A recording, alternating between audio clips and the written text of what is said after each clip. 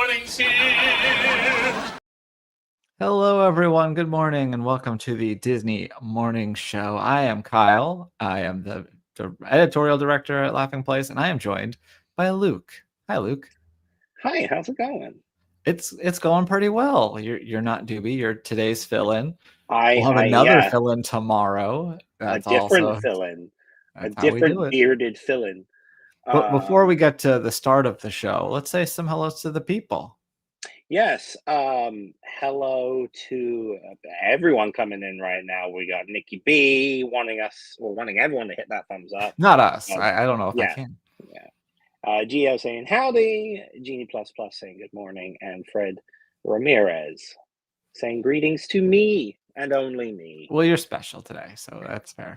Also, have you noticed that the countdown goes Yes. 6:25:4? Yes, we talked about this since day one. Okay. It's actually supposed to be a temporary intro, and we haven't replaced it yet, but that was how I downloaded it. It's not something I made. All I did was take the download video and then put a soundtrack to it. But yeah, I tried to fix it, but it was going to take way too much effort. So now it's just our little signature. But anyway, You know, it's cute. we'll get started. As Nikki B says, it's a special LP intro. It really sums up our brand. Anyway, we're going to move on to our first, the way we start every show.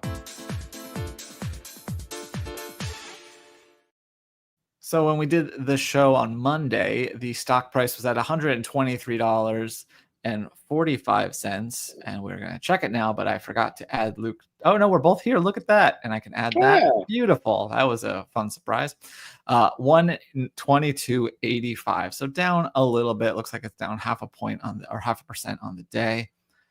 So still a lot better than it had been. So I mean, I remember it being in the 80s. So this is quite the jump up. Well, Luke has a heart out today, so we are going to skip Rachel with the weather and move right on to what's happening.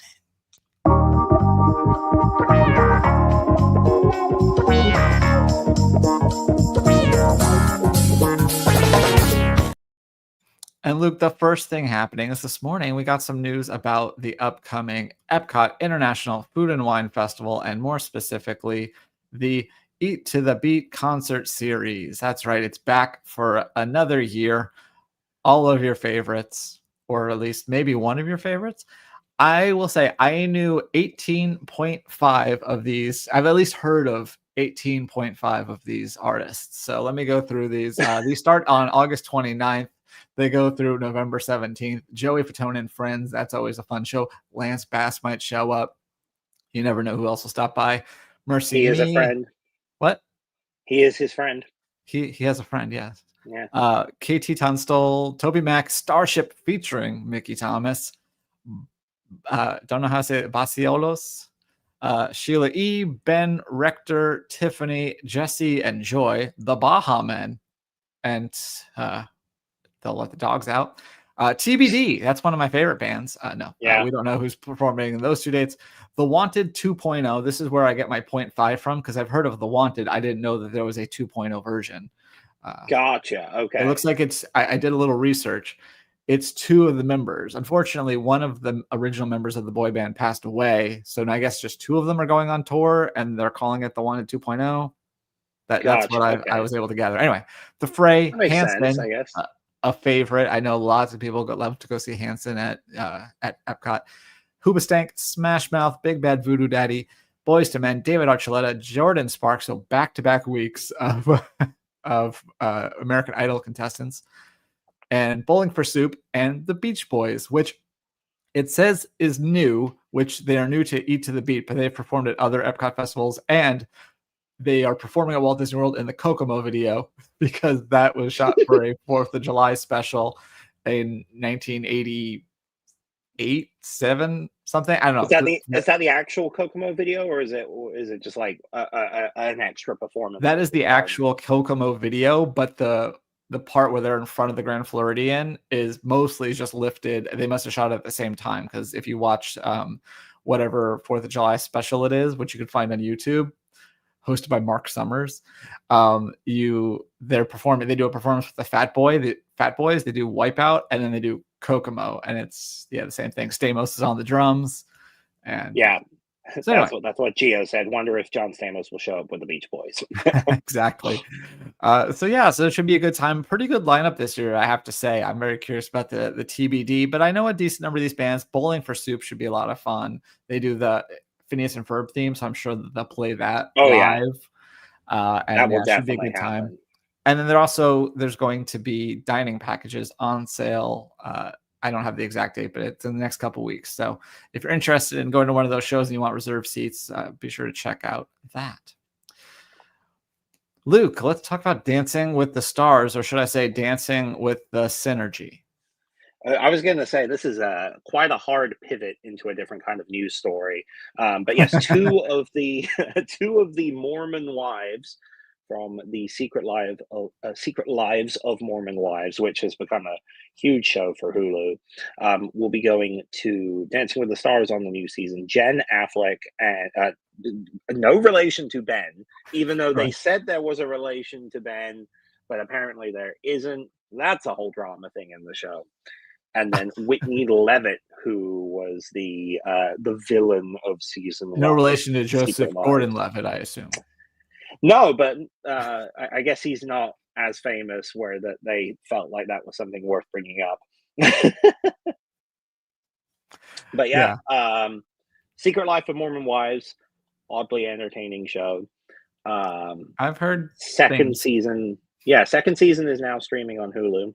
And the second season reunion is also streaming on Hulu. There you go. So yeah, two for the price of one, and we'll see how that goes. It's going to be weird from two people from the same show. But moving right along, we got some news about a project from Star Wars, Lego Star Wars specifically, Rebuild the Galaxy, Pieces of the Past. They just announced that Dan Stevens, who you might know from the Beauty and the Beast live action and some other things, he's been cast as a fallen Jedi named Solitus. And so you can check him out in the 4-part series debuting September 19th on Disney Plus. Lego Star Wars, I've seen a couple of the specials and stuff they've done. They're usually pretty fun. Even the holiday special, which I wasn't too fond of the first time, I actually rewatched it not too long ago, and I was like, oh, this is better than I remember. I remember watching one, and I don't remember what it was, but I remember it being, vaguely entertaining, but nothing that, I would remember beyond actually watching it. Well, Luke, let's pretend that I put these in a better order and that we didn't just do that story and we're coming straight from the Mormon Wives. And I say, speaking of hit Hulu shows. Yeah, I mean, it is a hit Hulu show. It's The Bear. Apparently, everybody loves this show, although I have not watched it personally. But if you love it, not only do you have a 4th season, which just started streaming, but it is being renewed for a 5th season, which is coming presumably next year, because this seems to have been a yearly series for FX. I'm a big fan of Iowa Debris. I've seen her in a couple of things, and she had a great spin on hosting SNL last year. So I love her in it. Or I love her in general. I haven't seen her in it, but I'm sure she's great in it. I'm sure. I think she's won awards, Golden Globes and Emmys and all sorts of stuff. Well, now we're going to pretend that we did those two, and then I did my Dan Stevens one, and then I said, speaking of animated Disney Plus series, we got a new look at The Eyes of Wakanda. This one's kind of snuck up. It's been in the works for a long time, and now it feels like they're just kind of, I don't want to say dumping it out there, but it's coming out August 27th. And so this is the image we've seen for a while, but there are a couple of new ones. And I'll go ahead and just kind of play a look here with this on mute, just to show you what this looks like. We got a sneak peek at Annecy, so you can check Alex's coverage of that. But yeah, it's just about almost 2 months away, I guess, before we'll get a chance to see this. There are, I think, 4 episodes of this as well. I'll have to double check that. But yeah, I'm excited for it. I think the animation style looks cool, and it's It's nice that we're finally getting this, and I haven't finished it, so don't give me any spoilers. But Ironheart felt like it was just sitting there forever. So both of these things finally coming out. No, I think didn't they film Ironheart 2 years ago or something like that? I think so. I also feel like they must have shuffled stuff because the beginning of that first episode is very rough. It's just like, here's what you missed out on Glee, but you didn't miss anything because they never showed it. And it's not the first episode's a little rough, but everything following it is great. I still need to watch the 6th episode, the final one. We watched the 4th, and I was hoping to watch another one, and then I looked at the time and said, no, we should probably go to bed. Well, over at the Walt Disney World Resort. Oh, no, I'm sorry. This is at Disneyland because they have the exact same restaurant, Trader Sam's, at both. And sometimes I get confused on which one we're talking about. This is not the Grog Grotto. Yes, I get confused as well. No, this is the Enchanted Tiki Bar at the Disneyland Hotel. And they are coming out with a special tiki mug for the 70th anniversary of Disneyland, which features some of the mermaids from Mermaid Lagoon from Peter Pan. And this really pretty mug. I really like it. I like this a lot too. I don't love it as a drinking vessel, but as a piece of art, I think it's very cool. Yeah, and I think that's what the mug. I personally use the mugs from Trader Sam's for. Any ones that I have. I have a couple. I don't know where they are, but I have a couple. That's why it's always funny when they're like, you can get this without the drink. Get it. It comes with the drink. We'll just put the drink in something. Yeah. So this will be available on July 24th, and it will be through mobile order only, which probably makes it a lot easier when it's something like this that people really want to get.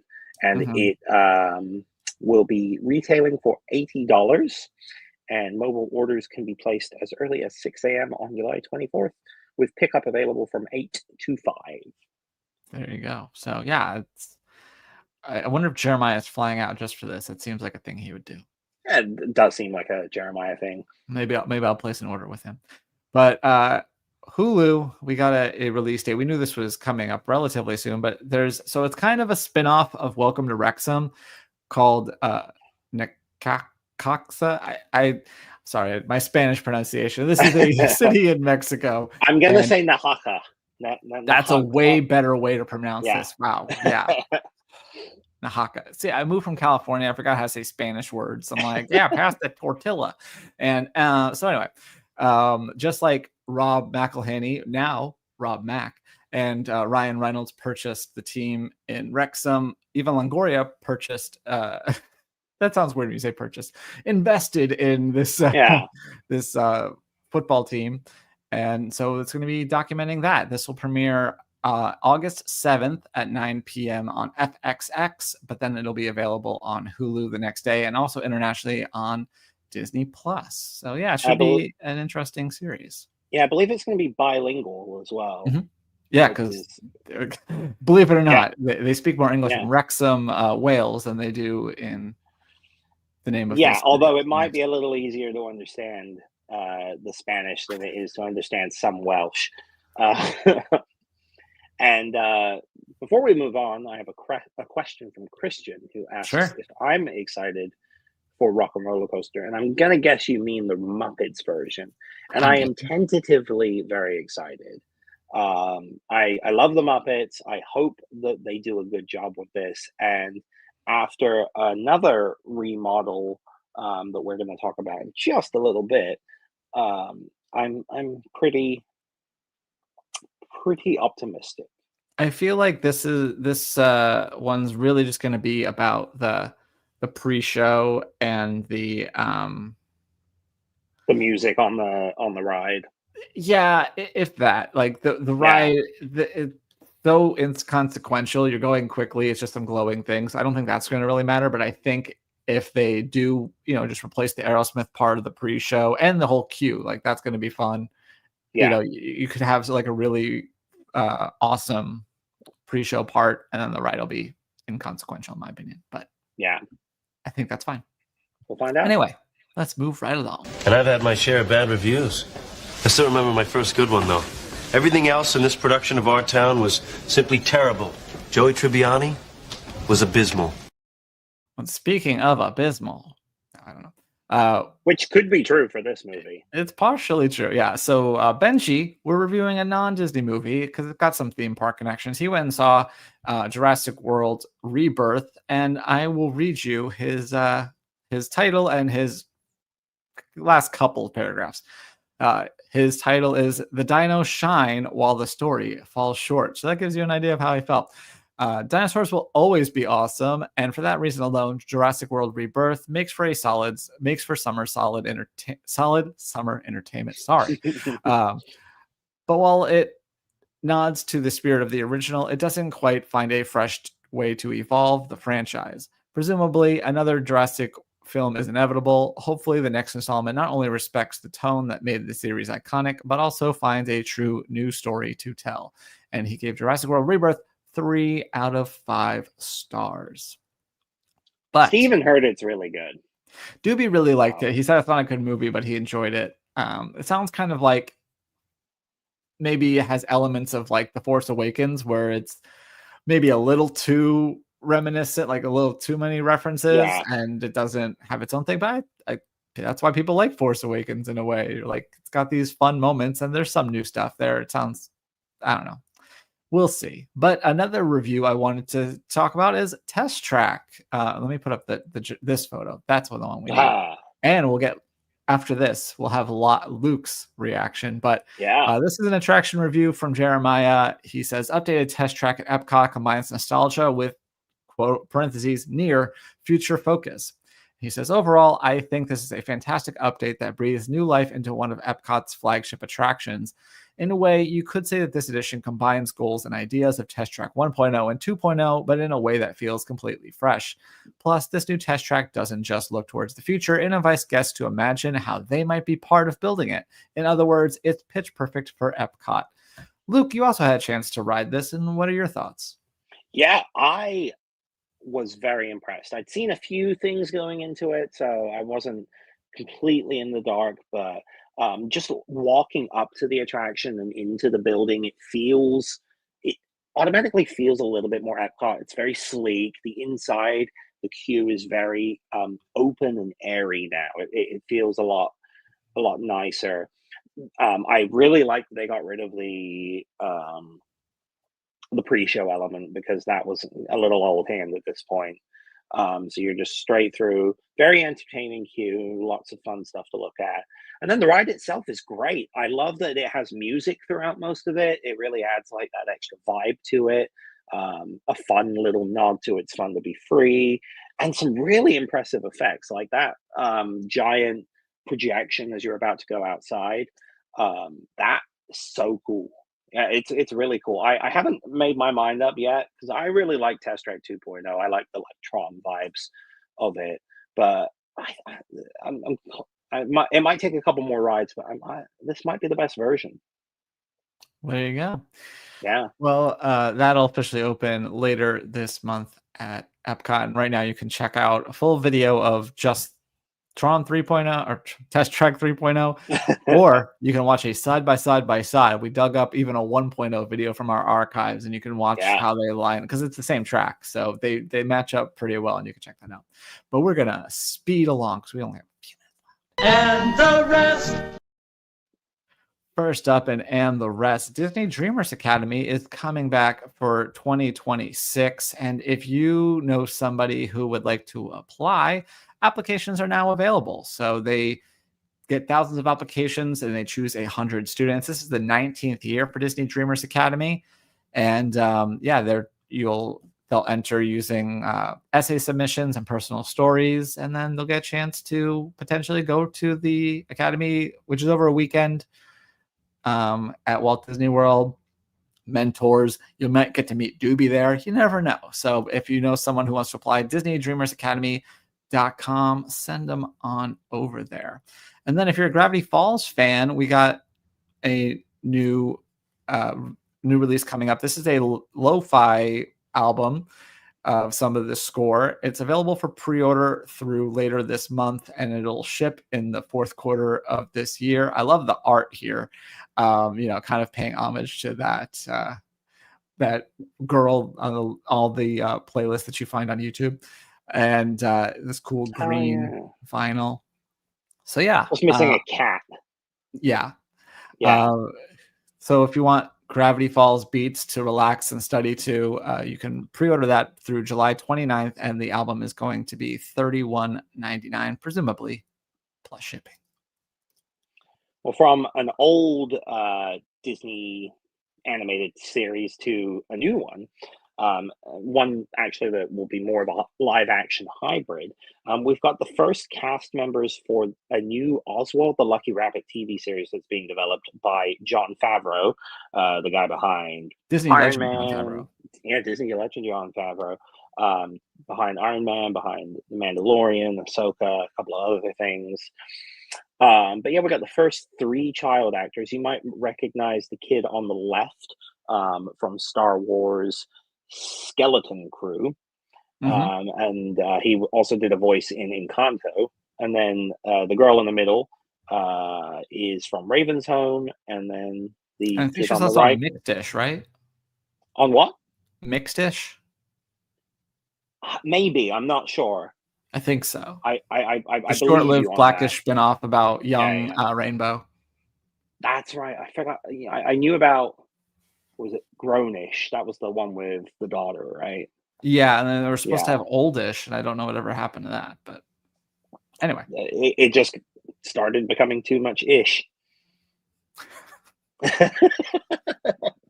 But yes, and then we have the other actor as well, who has not been in any Disney projects as far as we could tell, but it's good to see him here in this. I'm excited for this. I feel like this will be a fun yeah, I think show. that's kind of the headline here, is that this Oswald thing is moving forward. Yeah, it's coming even further along. And another new series coming to Disney Plus and Disney Channel that I wanted to mention specifically is it's called Electric Bloom, and it sounds like it's going to be this generation's attempt at a Hannah Montana type series. These 3 girls are in a band called Electric Bloom, and they are the most popular band in the world. But what was really interesting is that they came out with a new EP, an extended play of songs before the show comes out in about a week. Just so maybe people don't know what EP means, Kyle. I know, it's just funny. I think it's even more confusing if you do know, honestly. Yeah. But one of the songs on this EP is called One Little Spark, which Disney fans will be aware of course. This is, I listened to it at first and like, maybe they just went with the song and did a rockified version of it. But no, it is a brand new song. But now there are 2 Disney songs by the name of One Little Spark. There you go. And Gio did the same thing, clicked on the video expecting a new cover that they used as the outro for one of the fireworks shows at Epcot not too long ago. Yeah, I think it was for Epcot Forever.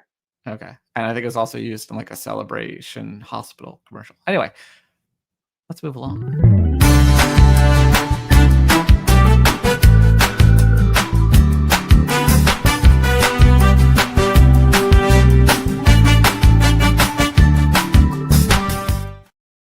Well, we mentioned earlier that Ironheart is now out, and the second batch of episodes was released last night, and so you can check out recaps of episodes 4, 5, and 6. Maybe there might be a surprise that you want to get clarification on. Mac will help you out. He is a Marvel expert, so if you watch them and think you missed something, go ahead and check those out. Also, Bill is back with the latest Sarsaparilla Times, this time looking at the Liberty Tree and the Liberty Bell in Liberty Square at Walt Disney World. So you can check out his thoughts on that.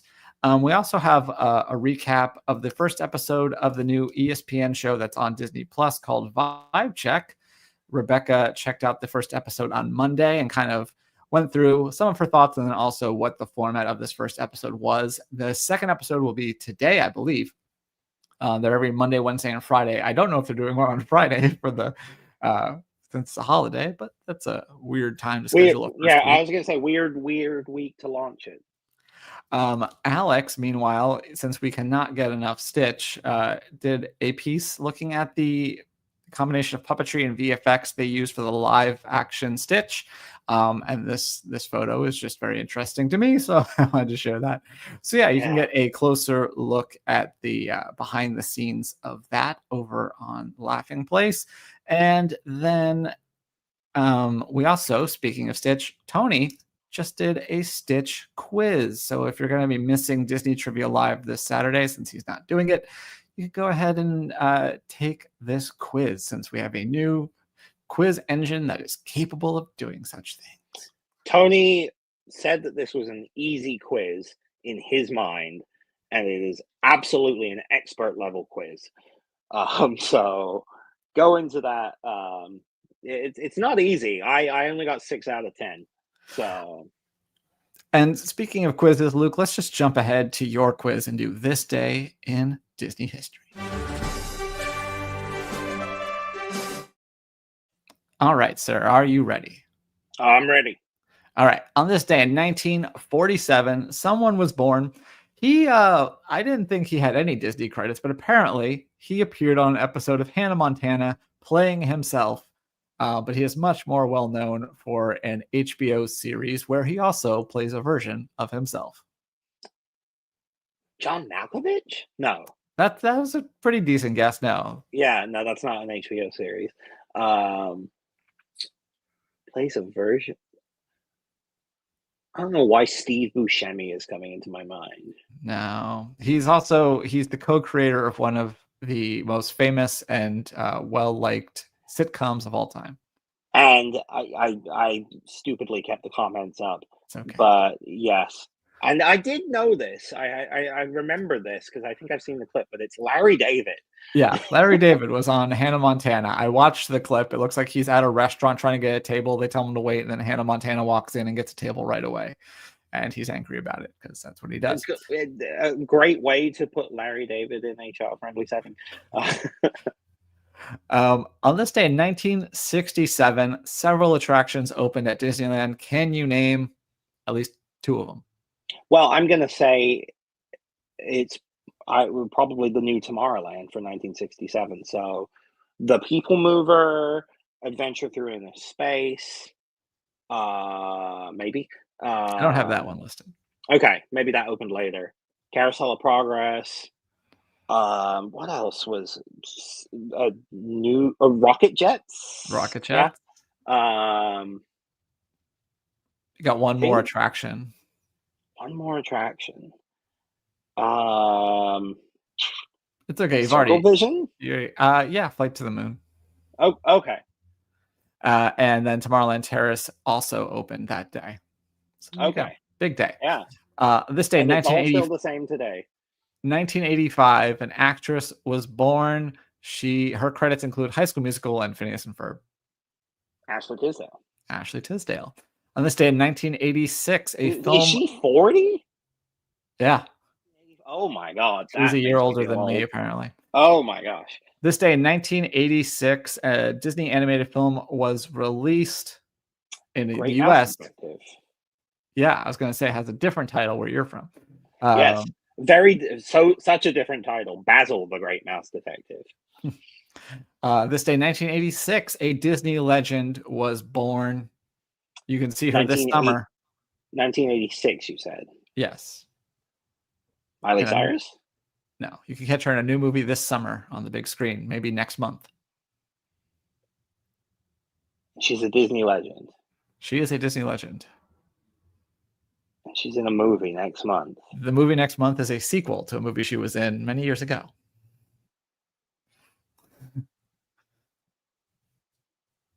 I have no idea. Lindsay Lohan. Freakier Friday. I didn't know she was a Disney legend. Wasn't it this last ceremony? Weren't her and Jamie Lee Curtis both? Yeah. I hope I got that right now. You're right. I think that is right. I'm pretty sure that's right. All right. This day in 1993, something opened. Oh, you know what? It might have just been Jamie Lee Curtis. And yeah, you're right. Okay. I'm sorry. That's my fault. Yeah. I'm going to give you credit for that one then. On this day in 1993, something opened in Adventureland at Disneyland. In 1993?